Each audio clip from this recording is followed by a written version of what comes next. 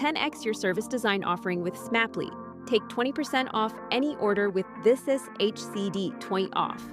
Let's superpower you and your design team's potential. Sign up at smaply.app. Enjoy the episode from your friends at Smaply, helping support This Is HCD podcast.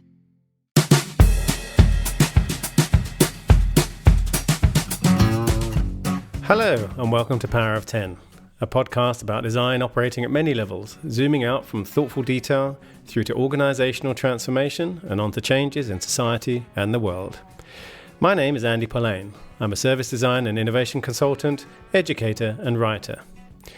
My guest today is Downe, Director of Design and Transformation for the UK Government, where they're leading change in the UK's housing sector. Lou was the former Director of Design for the UK Government, where they founded the discipline of service design to the government, growing the 1,000-strong design team into one of the largest and most influential design teams in the UK, winning a Designs of the Year award and a D&AD Lifetime Achievement Award. Lou is an influential voice in design through their writing and keynotes, and most importantly, Lou has just written an excellent book called Good Services: How to Design Services That Work. Lou, welcome to Power of 10. Thank you for having me. So I just gave the little kind of potted bio, but tell us a bit more about how you got to where you are now.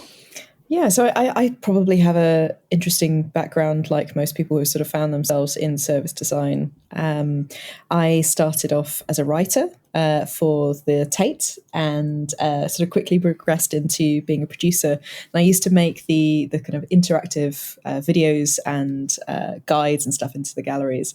And I remember wandering into one of the galleries, testing one of the guides at the time and seeing someone putting a big kind of sign on the wall saying, please don't use your mobile phone. And at that point, I obviously thought I had invented service design because I was like, wow, surely everyone should be designing all of these things at the same time. And obviously I hadn't. And so I ended up moving into kind of consultancy, moving around different agencies, and then went into government and started the government service design community there, and brought in service design standards and various other things like that. So that's kind of my journey. I have a sort of epiphanal moment, I think a lot of people do, of when they discovered that they actually want to focus on the kind of whole problem. So, yeah. So what did you study in that case? I actually studied fine art, and then I went on to study economics and linguistics after that, because I was really interested in communication and how words and money are basically forms of communication, which is very helpful when you're having to kind of write business cases. Yeah, I can imagine, and in government. Yeah. There was I remember seeing once for the Tate Modern, I think it was, there were these little leaflets, and I used to use them as a good example of, and they had different journeys around the Tate saying, on a rainy day, or, time on your own, or kind of first date. Do you remember those? Were they yours? No, they weren't mine, but one of the really fascinating things about the Tate, actually, compared to many other galleries, is that the experience of visitors is kind of first and foremost the most important thing. And so I remember one study that we did, actually, that found that 40% of people who come to Tate Modern only go to the cafe, and most galleries would be up in arms about that, trying to get them into the rest of the gallery. And at the time we just sort of said, well, that's great. If they are enjoying the cafe, let's make sure that their experience in the cafe is the best one that they can possibly have, and let's try and kind of bring the experience of art into the cafe. And so we started putting in, kind of small pamphlets and leaflets and stuff about the exhibitions, about, kind of small sort of snippets of what the art was that was on display. Nothing too heavy, because obviously people are eating and meeting friends and stuff like that. And I thought it was a really, really nice pragmatic approach to actually what it is they were there for, which is creating a kind of interesting and enlightening experience for people, regardless of how they wanted to interact. So, yeah. Yeah, there was a nice bit. The thing I liked about that was this idea. I guess it's very sort of jobs to be done-y, but it was very much this idea of, I'm not here to come and visit a gallery and be educated about art or experience culture. I'm here because I have some other purpose in my day, and the gallery is fulfilling that job for me. Yeah, exactly. That was very much it. So this would have been your, was this your sort of first introduction to designing for the general public, as it were? It was, yeah. And I started off as a writer. And obviously, kind of leaving art school, you're full of so many syllables, so many complicated sentences that you forget how to communicate with human beings. So I sort of learned the trade of, I guess, communicating with people when I was there. That was a really great lesson. But yeah, it was my first job and a learning in many ways. But it was the thing that sort of pushed me into service design, realizing that actually you can be very clear and communicative about the thing that you're doing, but unless that is linked up with all of the other experiences they're having at that particular moment in time, including the fact that you've just asked them to use an online audio guide and someone's telling them not to use their mobile phone, then your experience is not going to be a good one. So it was a really, really interesting time, a lot of learning. Well, congratulations on the book. It seems like the clear communication skills has been well learned, because it's a really it's a great book. It's so annoyingly good, actually, because I was reading a lot of it thinking, I wish I'd written that. Oh, thank you very much. It's also very clearly written. It's a really good read. It reads really well, and I really like the tone of voice, and it has great clarity in the way you wrote. I found a tweet of yours from a while ago announcing the principles of good services, and one sort of not long later saying, I was almost like the next one, I'm thinking of writing a book, and now you have. Yeah. So let's go back to the beginning. What was the genesis of the book? Was it the principles? That's a really interesting question, actually. So the genesis of the book actually was a workshop, as I guess a lot of genesis for ideas are. And it was a workshop that I was running with some senior civil servants. I had about 5 minutes to sort of come up with a workshop for them. I think someone else had pulled out. And so I said, okay, I'll kind of stand in. And myself and one of the designers at GDS sort of stepped in and said, okay, well, let's run a workshop on what we think makes a good service. That's a good conversation for anyone to have, regardless of their background or their expertise. And so we did, and the workshop really focused on, I guess at a very high level, what the group of about 15 people sort of thought a good service looked like. And at the end of it, I just sort of looked at the list and I thought, you know what, that could be applied to absolutely any service that you can kind of think of, regardless of whether or not it was a public service or kind of checking into a hotel or getting access to healthcare. All of those things are suitably high level that actually they would be useful for anyone. And so I started to kind of write them up and thinking, this is a sort of strangely productive outcome from what I thought was going to be just helping to fill a time slot at a conference.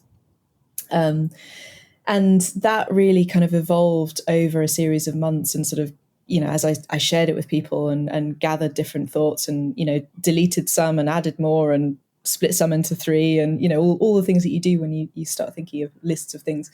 And that's where the book came from. And I published a blog post, and I was like, okay, I think this is a thing, let's see if anyone else thinks it's interesting. It got picked up by Fast Company, and they republished the blog post. So I think compared to any other blog post on my website, it has probably about 3 times the number of people who've seen it, because just generally my blog is not super high traffic. And it just sort of went from there. I shared a kind of collaborative Google Doc, and we ended up with about 2,000 people sort of commenting on it, adding things, changing things, removing them. And really the book is the product of that. So it's the product of not just, my thoughts, the people in that workshop, the 2,000 commenters and editors of that document, but really a whole community and a history of service design practice and what we mean by the materiality of a good service. I really enjoyed the fact that you focused on good services. And you talked about it right at the beginning of the book. There's plenty of books, and don't think I didn't notice the little dig, but it's true. I mean, the book that I wrote with Ben and Lavrans talks about what's the difference between services and products, and then sort of talks about how to do it. And I think you quite rightly said, but we haven't actually defined what a good service actually looks like, and without knowing what the end state is, you're sort of doing the other stuff without. It's sort of in the dark in some respects, or with no kind of end goal. And I really like the fact that you talked about good rather than, wow. I mean, I've had plenty of clients who've said, well, what are the wow moments or the moments that matter? It's one of my kind of most hated kind of expressions, because, it usually means moments that matter to the organization and not to the user. And it also assumes that other moments don't matter. And of course, quite a lot of small things, and you give lots and lots of good examples, really do matter, but they're not particularly wow moments. And in fact, quite often, people just want something, particularly with government things, that are sort of quite flat line. They're not. I don't want to kind of have a wow moment when I'm applying for my driver's license, for example. Most of the time, the wow moment is, oh, that worked. I expected it not to.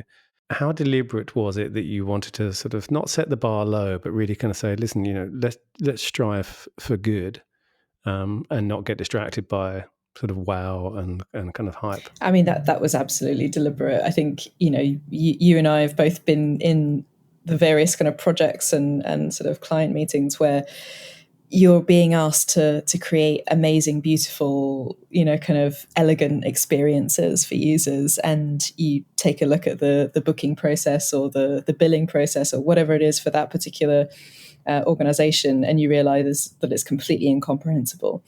And that is something that I think it frustrates me. I know that it frustrates every single user that uses those services, that often in the pursuit of, kind of wow-worthy, award-worthy, ultimately, experiences, most organizations ignore the very basic things like letting people know when and where they should be doing something, how much something should cost, or sending them a bill on time.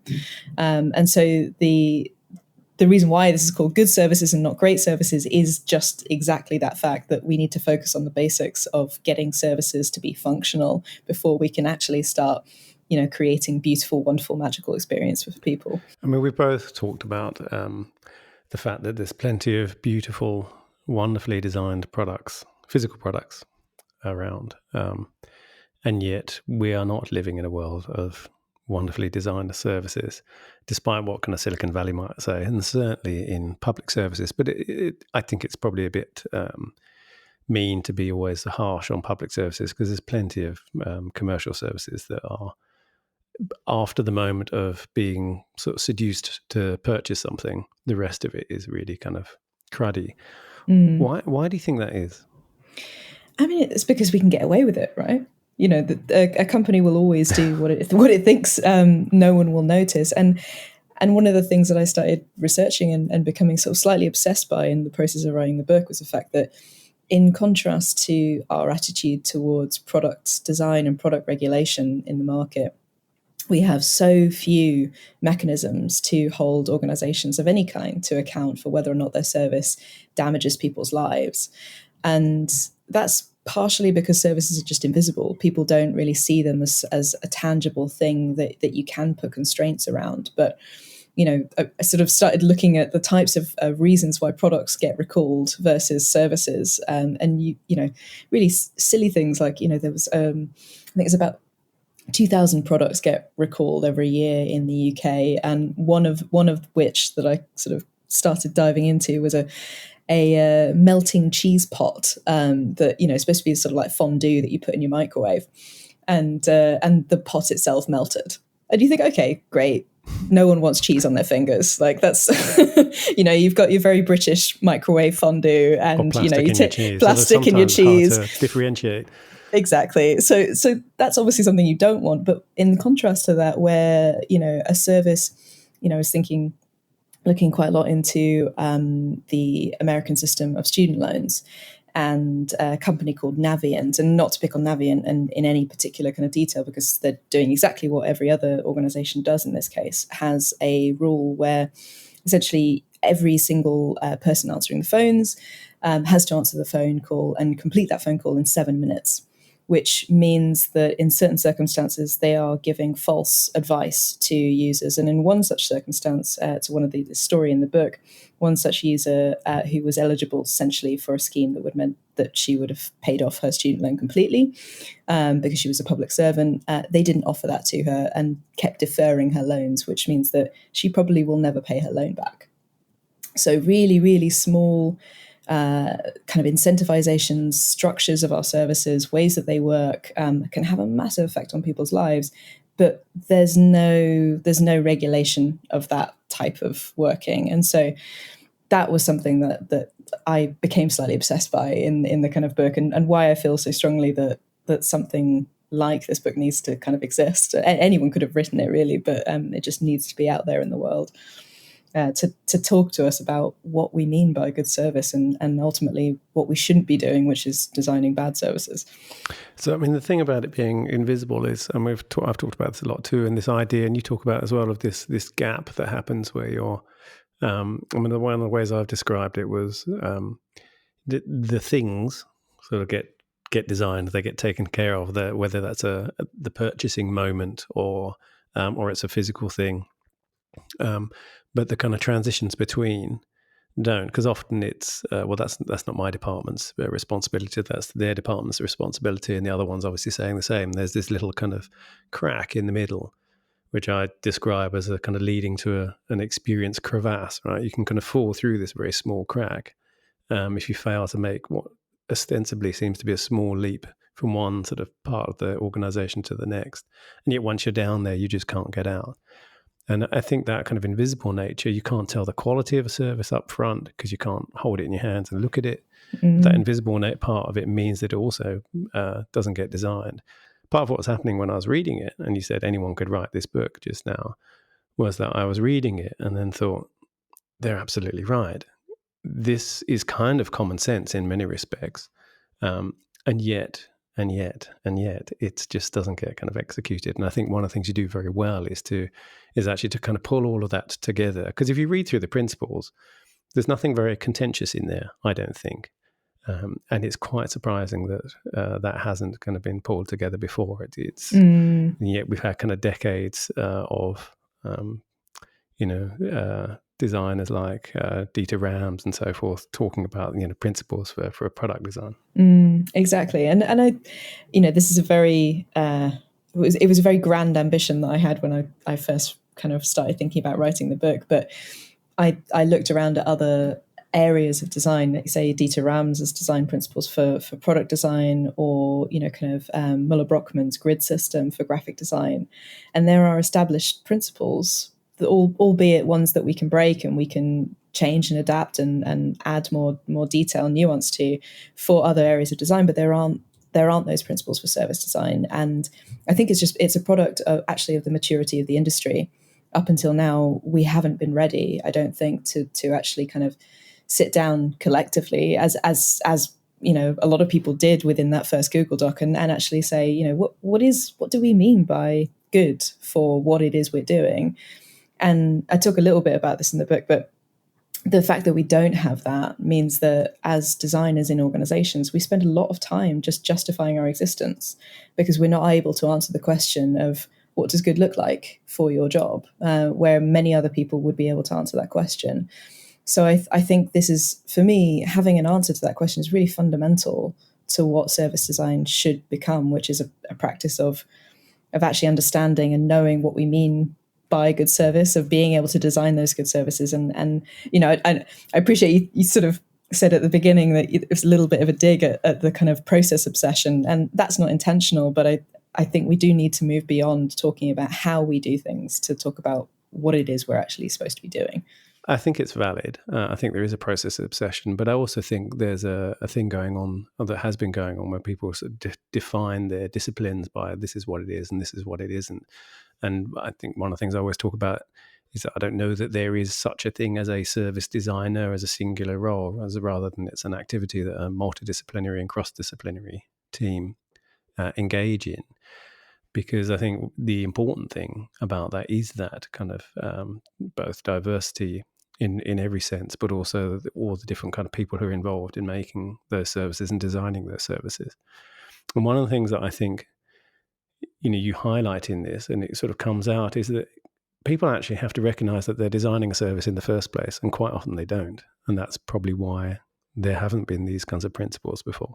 There's an interesting kind of debate around whether or not you need a service designer or whether or not service design is the activity of a team. And I don't think there's really one answer to that question. It depends entirely on the circumstance. But one thing that I do know is that it's unfair to ask people who are not literate in what a good service is and why they work in the way that they do, to be able to spot, identify, and then solve problems with services. And I think of the kind of analogy with a road sign. So if you take a badly constructed road sign, most people who are driving past it would know that that is a badly designed road sign. You know, that they can't read it, it's confusing, it doesn't tell them what they need to do. They won't be able to tell you how to fix it. And they won't be able to tell you that the kerning is wrong, or that the font is wrong, or that the spacing is wrong. A graphic designer will be able to tell you that, and they'll be able to fix it. And I think the same is true for services, where many people will be able to quite understandably, spot the problem with a service, but they will not be able to tell you exactly what's wrong with that service or how to fix it. And I think we do need to start talking about the expertise that service designers bring to that space, in helping us to understand what good services are and how to construct them. And that's why I'm really keen to move the debate of service design beyond methodology, which absolutely anyone can be involved in, anyone can facilitate the design of a better service. And you're absolutely right, services involve multiple different people over long periods of time. But being able to actually kind of construct a service that is well designed is a skill. And I think we shouldn't underestimate that skill. No, I think that's a very good point. And I think that the fact that it's previously fallen outside of the world of design and just been seen as, doing business or providing government services without designing them has meant that it hasn't had that intentionality and critical analysis, I'd say, that a designer might bring to the whole process. Yeah, exactly. And I've heard service design many times being described as the business-friendly face of design, as if the only kind of benefit that you can bring to an organization is just that you won't upset people, and that you'll help them to facilitate some thinking and kind of move on slightly, and that is fundamentally not what it's about. And it's kind of why I wanted Mike Montero to write the introduction to this, because I think there's a really big question when we talk about good services, that it's not just about what is good for an organization or what's good for the user. It's also about what's good for the world. Yes. Because no service exists in isolation. And so whilst, yes, we're often the kind of at the coalface of interacting with various different levels of people in an organization, and that comes with some skill of negotiation and communication, we also have to be honest and true to the principles of actually understanding the ethics of what we're doing in the first place. So that said, and I absolutely agree, there's a bit you very early on where you say your user defines what your service is. And I really, really like that. I really like this idea that, it's not what you think they want. It's not what your business wants. Your user is the one who decides what your service is. Can you talk about that a little bit? Yeah, so I would 100% kind of stick behind that principle in pretty much any scenario, public, private, any kind of service, that it is fundamentally your user that decides what your service is in many, many different levels. But that particular thought came from working with lots of different government services that essentially try to dictate what users are trying to do.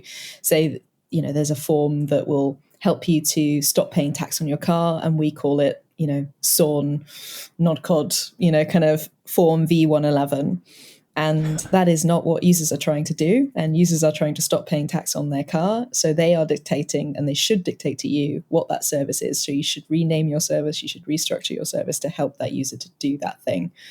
And that is always a really, really careful balance, because, we can't be in a world where, particularly with public services, users dictate exactly what the purpose of the service is. So, honestly, I think probably most people would love not to pay tax on their car. But the reason why we do pay tax on cars is so that we can pay for roads and we can pay for other public services. So there's always a balance. But when it comes to the how your service works, your user defines how that works. I mean, you talk about this in government services quite a lot, where people are doing things that they don't particularly want to be doing.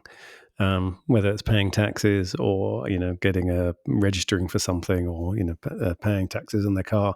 Yeah, absolutely. And that's certainly something that you learn very quickly when you're designing public services, is that your job is to basically help someone to do something as efficiently as possible and to get out of the way so that they can get on with their lives. And I think that's actually very true for many services. And even if you think about kind of luxury experiences of, kind of hotel check-ins, you don't arrive at a luxury hotel in order to check in. You arrive there to stay there. And so when you're designing your check-in experience, although obviously you want to make sure that someone feels as if they are arriving at a beautiful, lovely hotel, you do want to help them to get to their room as quickly as possible because that's what they want. And so that there's a chapter really that talks about the appropriate number of steps and kind of parts of your service and balancing those off against how quickly or slowly someone should be doing something. And there is a real art, actually, to how many steps you put into your service, how quickly that service goes through. That means that someone has enough time to be able to make decisions, but also that they are not unduly held up, in various different business processes that actually they don't need to be involved in.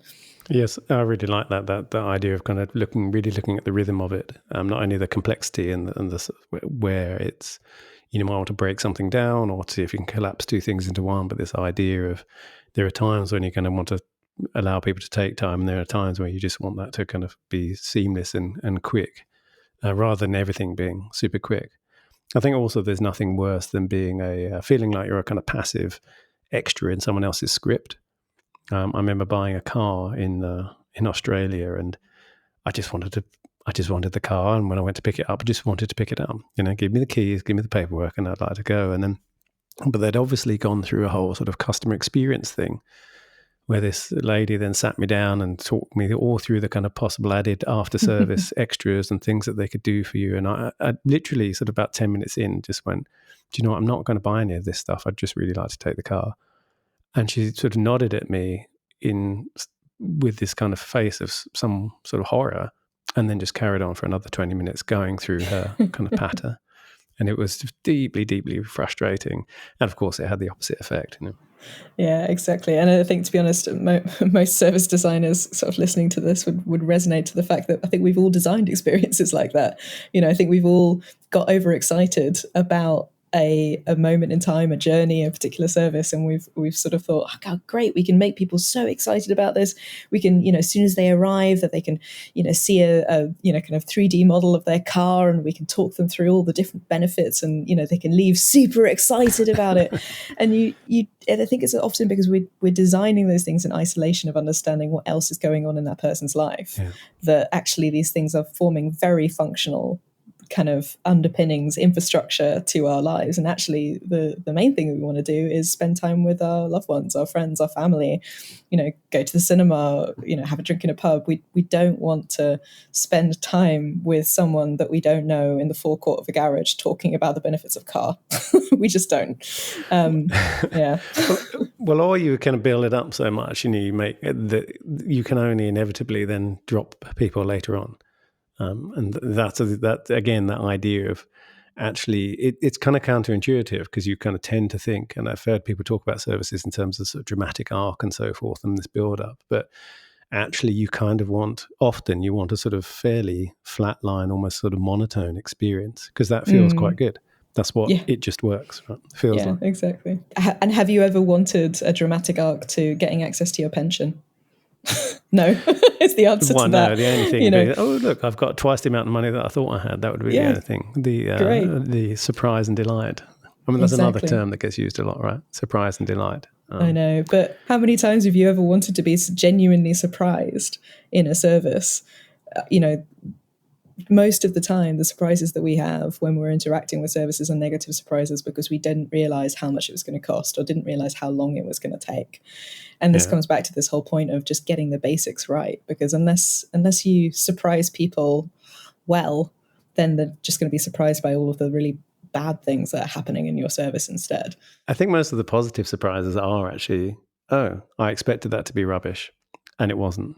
But there's also, I think, some little surprises which feel like, oh, that's nice. Someone thought about how I'm going to be feeling at that moment in time.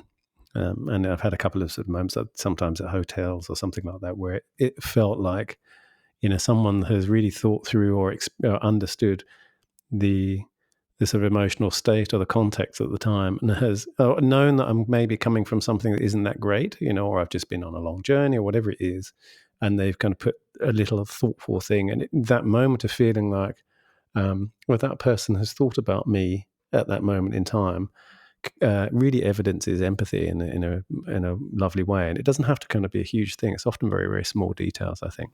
Yeah, totally. I would never downplay those moments. But if you've been standing in a queue for 3 hours trying to check into your hotel, and then you get up there and there's a nice little note on the pillow saying, "Welcome to your hotel. We're sorry for your kind of terrible journey that you've had to get here," it cancels it out. And so I think for me, what thinking about good services is really about is actually getting away from getting those basics done, so that you can actually start thinking about those other unique, kind of thoughtful things about your services that are actually kind of completely bespoke and completely unique to it, without having to worry about making sure that people have their expectations met or there aren't any dead ends in your service, those sorts of things. One of my other sort of pet peeves is that brilliant basics is often sort of equated with quick wins. And yet I think the basics are some of the hardest stuff to get right. They're the thing that are most heavily sort of in the foundations and underwiring of services. And it takes a long time, I think, to unpick some of those things. And you quite a lot of the stories you talk about in your book are things like that, where you trace it back and you go, well, there's a thing, in someone's KPI, or there's a thing in the way the system or the IT or the service was originally conceived, 60 years ago, that is having this effect on people now. And so to actually undo some of that thing, to get the brilliant basics right, you really have to kind of dig deep into some of the foundations. Yeah.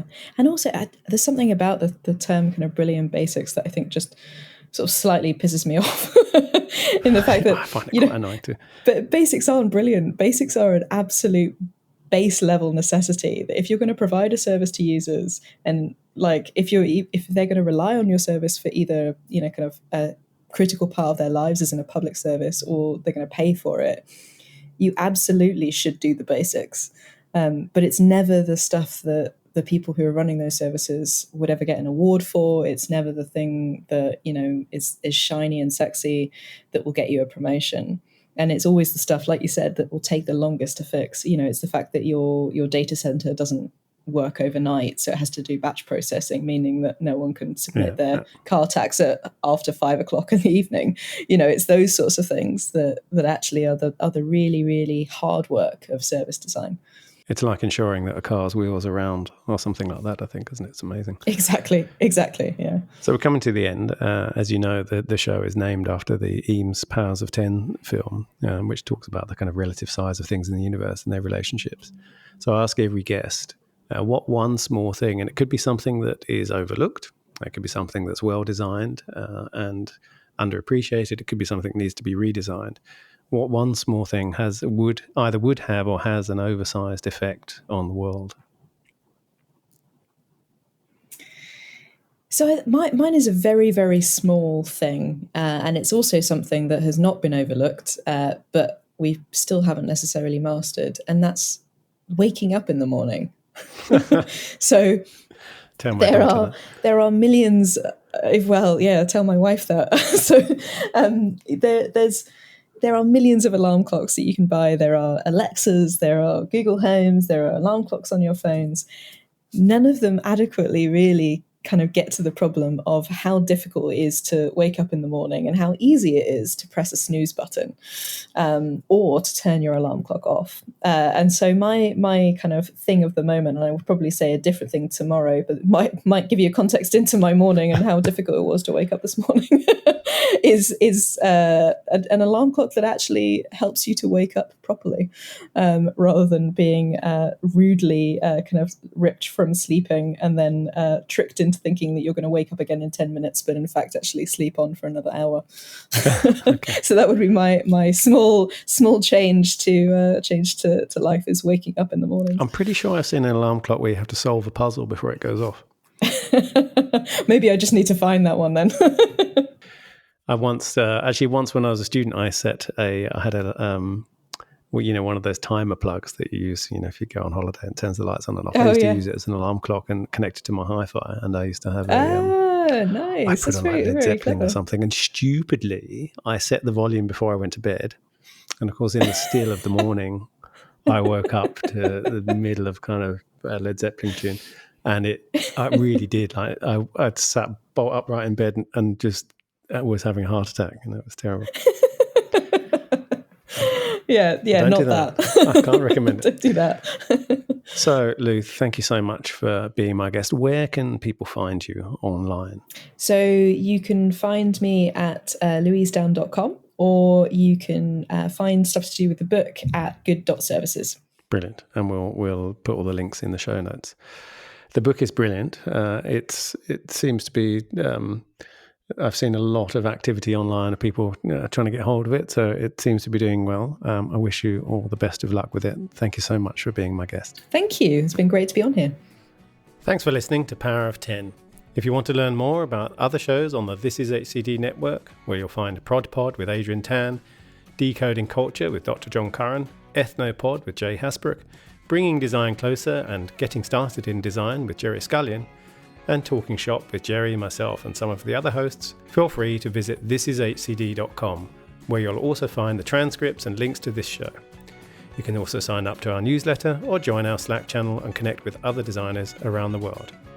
My name is Andy Polaine. You can find me at polaine.com or apolaine on Twitter. Thanks for listening, and see you next time.